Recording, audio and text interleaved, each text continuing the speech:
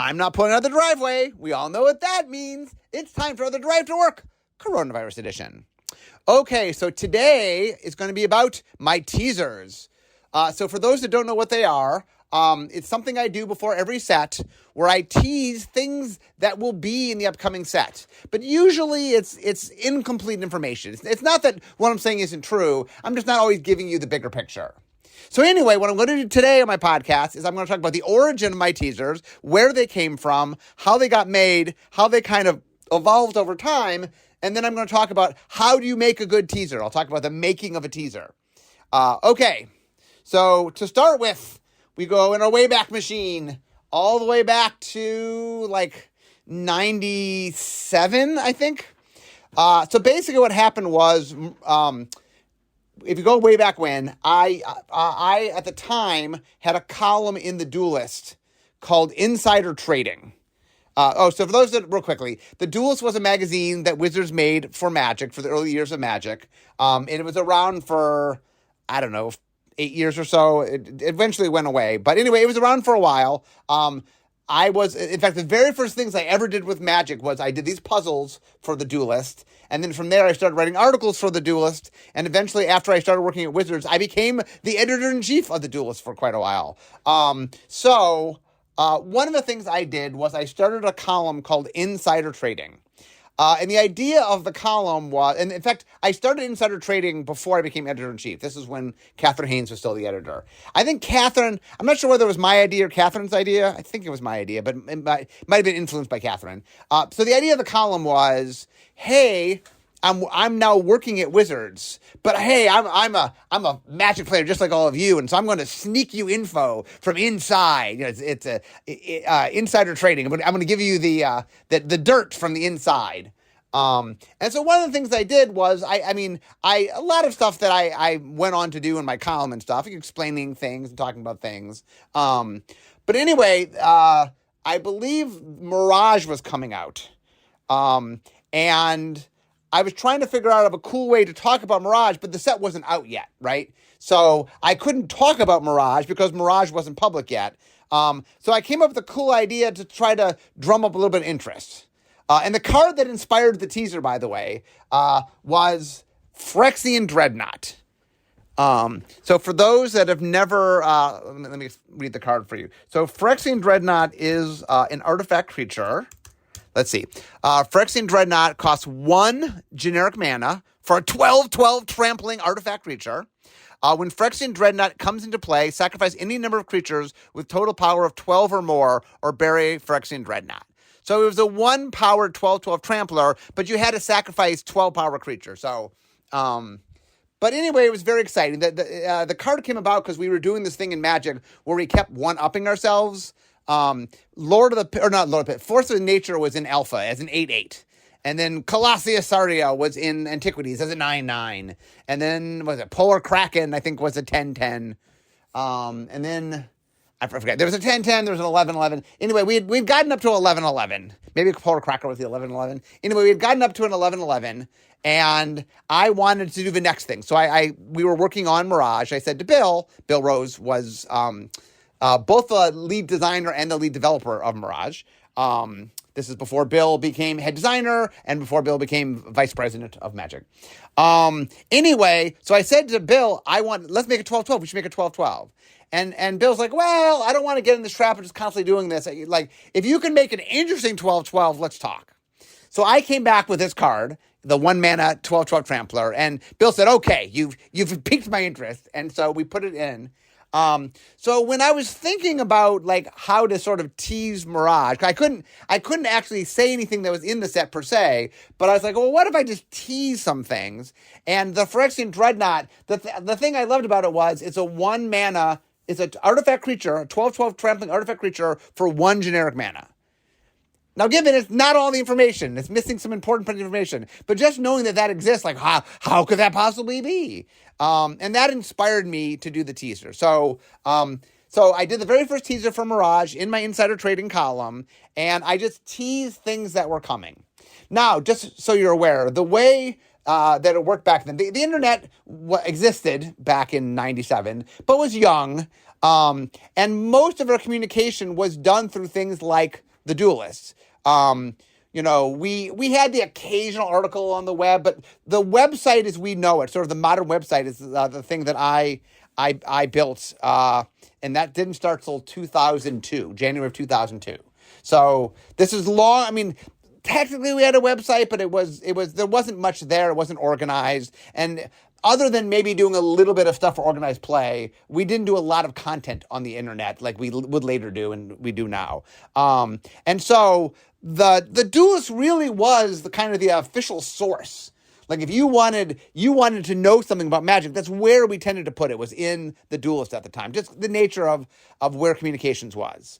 So one of the things that was a lot of fun was really there was one source of information. Now, the nature of how Magic works and how the internet works and how social media works. These days when you get information, it's not coming from one source. It's coming from all over the place. But back in the day, kind of like the Duelist was the place you learned about upcoming Magic. There wasn't a lot of other places to learn about it. And so really there's this one source. So in insider trading, when I'm teasing Mirage, like this is... I mean, not that my teasers now aren't very loud. They are, obviously. I announced my blog and it's instantly in social media instantaneously. But sort of basically what I wanted to do was just drum up excitement. And the idea of the teaser was, look, I'm not giving away, I'm not telling you exactly what this card is, but I'm giving enough of it for you to sort of talk about. And that one of the things I learned in general about teasers in general, a little advanced knowledge here before I get to talking about how to make teasers, is the whole point of putting out information is you want the audience to talk and talk with each other and talk aloud, and you want to generate conversation. And if I just tell you something, you might be excited about the thing I'm telling you, but the teasers are kind of designed to make people want to think and talk and discuss. Like that was the very nature of the teasers. And so anyway, I did the teasers for as long as I was doing insider trading. At some point, the Duelist stopped at some point. I might have stopped insider trading before the Duelist stopped. That's its own story. But anyway, at some point I stopped doing insider trading. At some point, Duelist stopped altogether. And so the teasers kind of faded into the background. And then here's an interesting story. I'm trying to remember what set I started. There was some set that we were trying to drum some interest, and I decided to sort of dust off the teaser from the mothballs and bring it back. I don't remember. That's an interesting question. I don't remember what set that was. And it was, for some reason, I think I did it as a one-of. I don't think in my mind I was planning on just bringing them back. I think it was like, oh, this is a good tool for this thing right now, and let's just do it. But the response was so strong, they're sort of like, okay, I think I'm kind of committed to doing these now. So now it's something I do every set, at least I do it for every set that's has a randomized booster in it. So like sort of a traditional Magic set, but also supplementals with randomized boosters I do. But anyway, it was something, like I said, it's something that I had done long ago. And one of the things that's kind of fun sometimes is, like you get into doing something and then you sort of, it stops happening for whatever reason. And then you sort of rediscover it. And it was a lot of fun rediscovering doing the teasers. So let me get into the main crux of today, talking about how to make a good teaser. Now, these particular teasers, once again, I should stress, the power of these teasers, I think, is that I'm trying to generate conversation.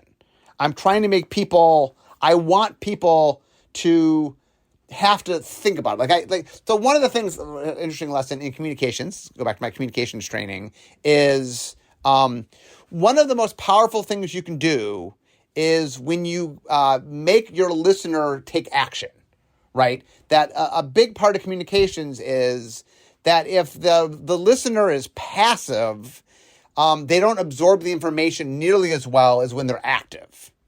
Meaning, if I give you information and you can right away do something with that information, it makes you so much more likely to retain the information.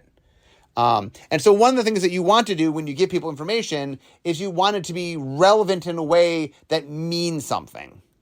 And so now in Magic, I mean, to be fair, when we do preview cards, that's not a teaser. I mean, that's just giving you information. Here's exactly what the card is. And those are very good. I mean, makes people talk. I mean, the thing about Magic and the Magic community is that one of the big things about what makes Magic is you're not alone. You're not like in a vacuum. There's a whole community that shares your love of this game. And so when you see something and are excited by it, there's multiple communities to go communicate with. And if you want to say how excited you are or how much you're mad about something or whatever you want to say, whatever emotion you're feeling, there's places to go and express those emotions. There's people to talk with. And so the first thing about a teaser is I want to make sure that I'm getting people. My goal in making a teaser is I want people to talk about the upcoming set and get excited for the upcoming set, right? I want to sort of, I want to make them curious. I want to make them excited. I'm trying to evoke emotions. For anybody who follows my one of my ongoing themes is the importance of getting emotional resonance off your audience. So, a big part of doing the teasers is getting the audience excited and just evoking strong emotional response, getting people to go, ooh, what's going on? Okay, so the first thing when I do a teaser is, let me talk about the structure of my teasers, because my teasers are, they weren't always structured this way. It's changed a little bit over time. The current structure of my teasers is as such. You will usually have 3 sections. Every once in a while, I'll have a 4th section. Here's how the 3 sections are structured. The first section is just things that will be in the set. It's a little vaguer. Maybe I can talk about something about a new mechanic or a reprint, or, I can give you information just about something that'll be in it.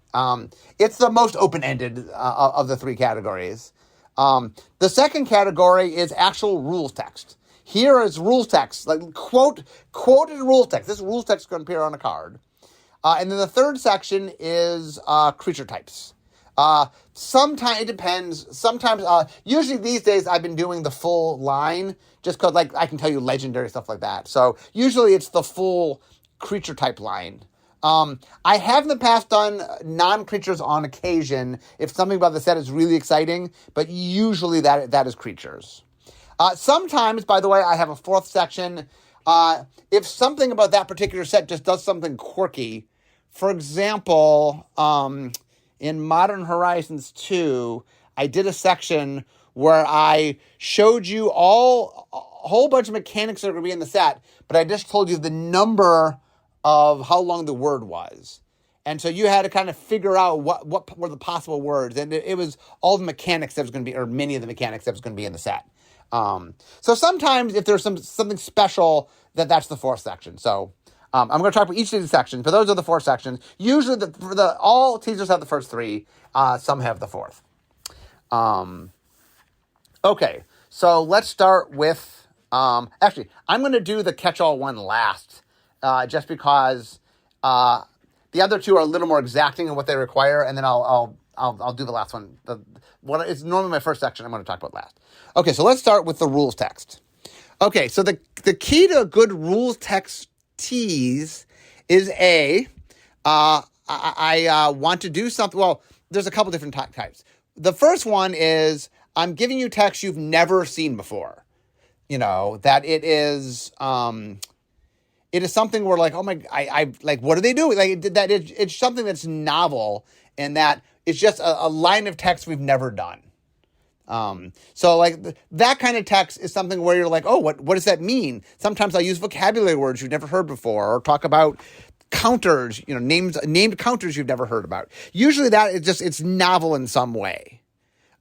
Sometimes I am referencing things people know, but maybe in a way they don't know it. Maybe we're bringing something back, or maybe we're, it's a template you're aware of, but there's a tweak to the template. So it's a little bit different. Sometimes it is what you know, but the scope of it is something we've never done before. It's like, direct damage spells usually do, 4 or 5, 2, 3, 4, 5 damage. But if I had said, card name deals 20 damage, like 20 damage, what's 20? Like it just makes you sit up and go, ooh, what is that? Like I said, the key to the rules text is I just want you to read it, and I want you to try to figure out what kind of card would have this. What does this card do? Now you'll note a lot of what I do when I cut out the text is, they're not always full sentences. It's very common for me to do something and go ... right? Like it's, this is going to, there's more text after this. Actually, I don't know if I actually write ellipses, but if you'll notice by the little trick for you, I always put punctuation if the punctuation's within what I'm telling you. So if it's a sentence and it ends, I'll put the period. But if it doesn't end, I won't put a period. So you can sort of tell whether I'm giving you a full sentence or I'm giving you part of a sentence. But a lot of what I want to do is I want to create something where, like, I don't want to give, like, the key to the teasers is I'm not giving everything away. I'm not just telling, like when we do previews, hey, this is the whole card. This is everything the card does. When I'm doing teasers, I'm not trying to give away the whole card. I'm trying to sort of give you away enough to let you, once again, I'm trying to generate conversation. I want the audience to say, hey, ooh, what would do that? Or like a lot of times I will do an input and you're like, what's the output? Or I do an output, you're like, what's the input? I give you, the reason I'm giving you half information is very much on purpose because I want you all to sort of take it and then try to see what you could figure out with it and extrapolate. Like one of the fun things is saying, okay, well, this card maybe does this or maybe does that. And then the other thing about the rules text that's nice is it's a way to give little teases about the set in a way where one of the things you'll notice if you go back, like if you really enjoy my teasers, one of the things that's fun to do is go back and look at the teasers after you know the set. Look at it after you know everything about the set.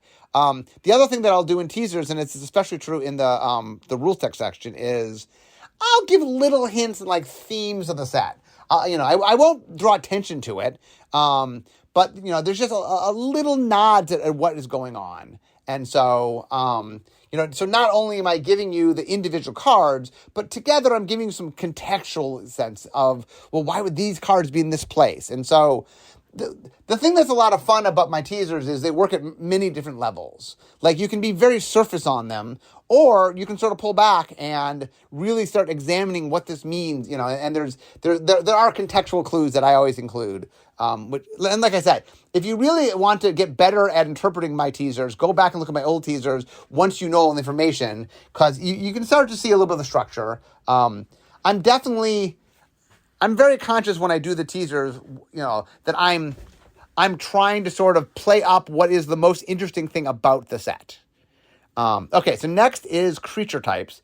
So in the beginning, I just did creature types, then I started adding on super types, mostly because I found people really got excited by things being legendary, and so I think now I do the whole creature type line. I have on occasion done non-creatures. Usually something about the set has to make me want to go there. And the other big thing about the creature types. So the creature types is similar to the rules text, but there's a couple differences. First off, I like to show you things that have never happened before. So one of the things I always do is like, oh, have we ever, for example, if we take a race class, for example, have we ever had a creature that's a vampire that does this function, that has this role? I'm looking at it and saying, oh, has this combination ever happened before? I especially like, my favorite thing to do in that section is, you've never seen this before. Ooh, what is this? Usually if we're going to introduce a creature type, I try to get the creature type in there. I don't always, but usually if I can, I will. Oh, here's a brand new creature type, and I try to get that in. I also try to get in stuff that, once again, that might be hinting a little bit where we're going. Usually if there's new creature types, we don't often add creature types if they don't mean something. Like we don't add new creature types if they're not relevant in some way. And so that there's some clues there. Like I said, I also give legendary now, so you can, often, by the way, if I say something's legendary, I prioritize being legendary and never having done that before.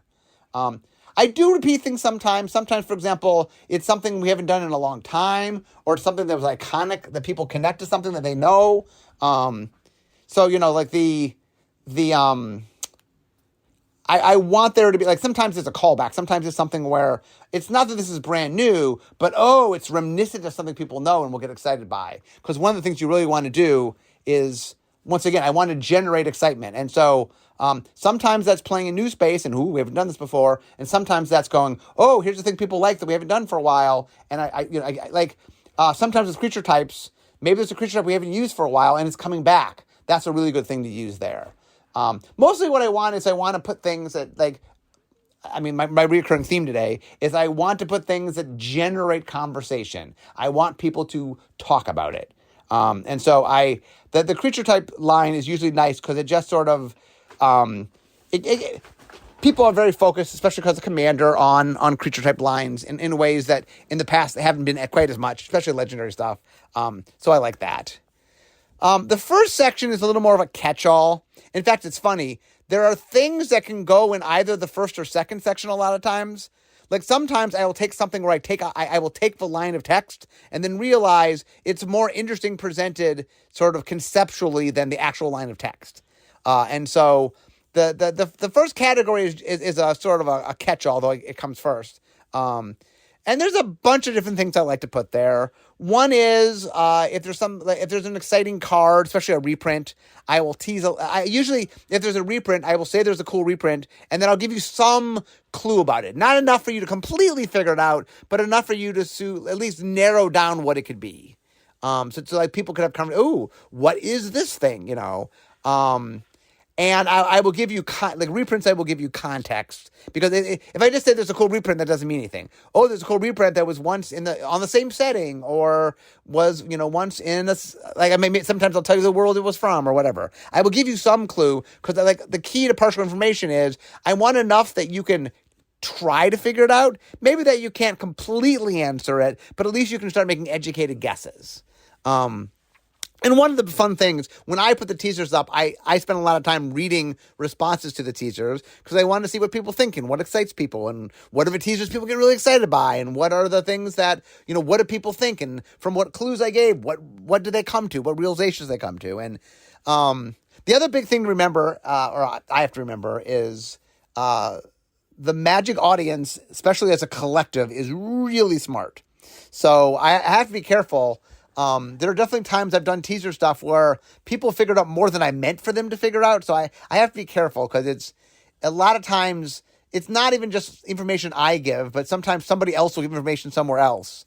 There's a classic case where I said something, I think Eric Lauer said something, and each of those things in a vacuum was fine, but knowing both of them together gave away something that we weren't trying to give away. And so you have to be very careful. And then one of the things I have to do also is be very aware of what other information is out there. For example, often there's what we call the pre-preview, like sort of the early preview. So when I do my teaser, there's usually a couple cards that are known. So I have to be careful not to give information that's already been teased, right? I don't want to give that away. I don't want to. It's not fun if you already know the answer. So I got to be aware of what all has been revealed so that I'm not giving away information that has already been revealed. Another thing. So I talked about reprints. Sometimes there's something new. Sometimes I'll talk about a mechanic. If it's a new mechanic, sometimes I'll say something little about it. Like for Crimson Vow, I talked about how it removed something that had never been removed before, which was rules text, obviously, but with Cleve. I want to tempt people's imagination, right? I want them to go, ooh. A big part of the tease is I want to give you some information because I want you to figure some of it out. I don't necessarily want you to figure all of it out. Although the thing I will notice is when I go look at the teasers is somebody always figures out. It's not that one person figures out all the pieces, but somebody figures out every piece. Whatever, when I say something and I'm teasing something, there's somebody that gets it correct. There's a reprint. There's somebody that gets it correct. Sometimes there's lots of people. Sometimes my clues aren't quite sneaky enough, and a lot of people are able to get there. Sometimes one person gets there. But, the big thing, though, is a lot of people make guesses. So just because one person guesses correctly doesn't mean the audience knows that's the answer. And sometimes, there's a consensus. because the audience is so smart, a lot of times they can take small, tiny clues, either from the teaser or other things said about the set, and slowly work their way to get to pretty definitive answers on some stuff, which is kind of fun. I do enjoy watching the audience figure things out. I mean, I think it's fun for you, the audience, and it's a neat, it's a very interactive way to get people invested in the new set. That's why I like the teaser so much. Other things I will give is sometimes there's just something new to Magic that's quirky, or there's something we're bringing back that I think people will like, or there's something that is my favorite of those is I like little snippets where like I literally when someone reads it, I want somebody to go ooh, like I want someone to go, oh, that's exciting, and like I said, I go on afterwards so I can see what people get excited by, and there is a certain track record of what people like. For example, people tend to like goofy creature types. So when I say for the first time we're gonna get an otter or something, people get excited for that. People like hearing about reprints. People like hearing about sort of new things we're doing. There's a certain audience that really gets into the rules text, like, oh, what does the rules text mean? And if you're really good at understanding templating, a lot of times you can figure stuff out from the templating. Like there's infinite amount of information that you can sort of glean stuff from. So it's interesting to watch people do that. And the fourth section, I do it when I come up with a cool idea. I will say I've pitched more fourth sections that haven't made it. Oh, so real quickly, it's the people behind the scenes. So when I make a teaser, I show the teaser to a bunch of people that do the online media stuff, just to run it by them. Because they're in charge of doing all the previews and making sure I'm not saying something that, like, I'm not spoiling something. Like, sometimes I'll do a clue and they're like, no, we don't want them to know that. They're not going to know this piece until whatever. So I have to show my teaser to a bunch of different people to get notes on it. Usually, like I said, the notes are either you're giving away something we meant to be giving away later, or you're saying something. Sometimes they'll say, I don't quite understand what you're saying. Like, sometimes I'm saying something it's not as clear as they could be, and they're a good sounding board to go, oh, maybe you want to, or if I said something that seems incorrect, or, I mean, usually I'll double check my stuff. But if I say something that someone's like, oh, could you check this? Or that seems to imply this, but I don't think you mean that. But anyway, I run it by my people, and I will get changes. And then they always give me what's called the call to action. So at the end of the teaser, I always say, thanks for joining me, and don't forget to tune into whatever. Usually it's like the pre-release, we always have a big announcement or something. Whatever it is, I always sort of at the end of my teaser sort of give you what we call the call of action. So, hey, don't forget to at this go to Twitch or whatever at this time, or watch this video, whatever it is. I'm doing something that's about the set to get you to sort of be aware when the next big thing to pay attention is. But anyway, the teasers have been super popular. Like I said, I did them in the Duelist. They were popular there. I think because the Duelist went away is why I stopped doing them. But when I brought them back, like, it was funny, I'd forgotten how much people liked them until I brought them back. And then it's even more so because back in the day when I did them, like, people would write me, stuff, right? I'd get emails on the Usenet board or something. I get posts on the Usenet board sometimes. But there wasn't as much, like, now with social media, like, I say something and, like, I can endlessly read on my phone for the day of responses from people, which wasn't true back in the day. So I think it's quite possible that the teasers were just as popular back in the day, just I wasn't seeing the response quite as easily as I was now. So anyway, they're fun to do, and I'm glad that I do them, and I hope so by the way, if you've never been on my blog is it's called Blogatog. It's on Tumblr. If you just search for Google for Blogatog, it'll get you there. Blogatog, by the way. Anyway, I always post them there, and also if you follow me on Twitter, I repost them on Twitter. But I do whenever I do my teasers, I always repost them.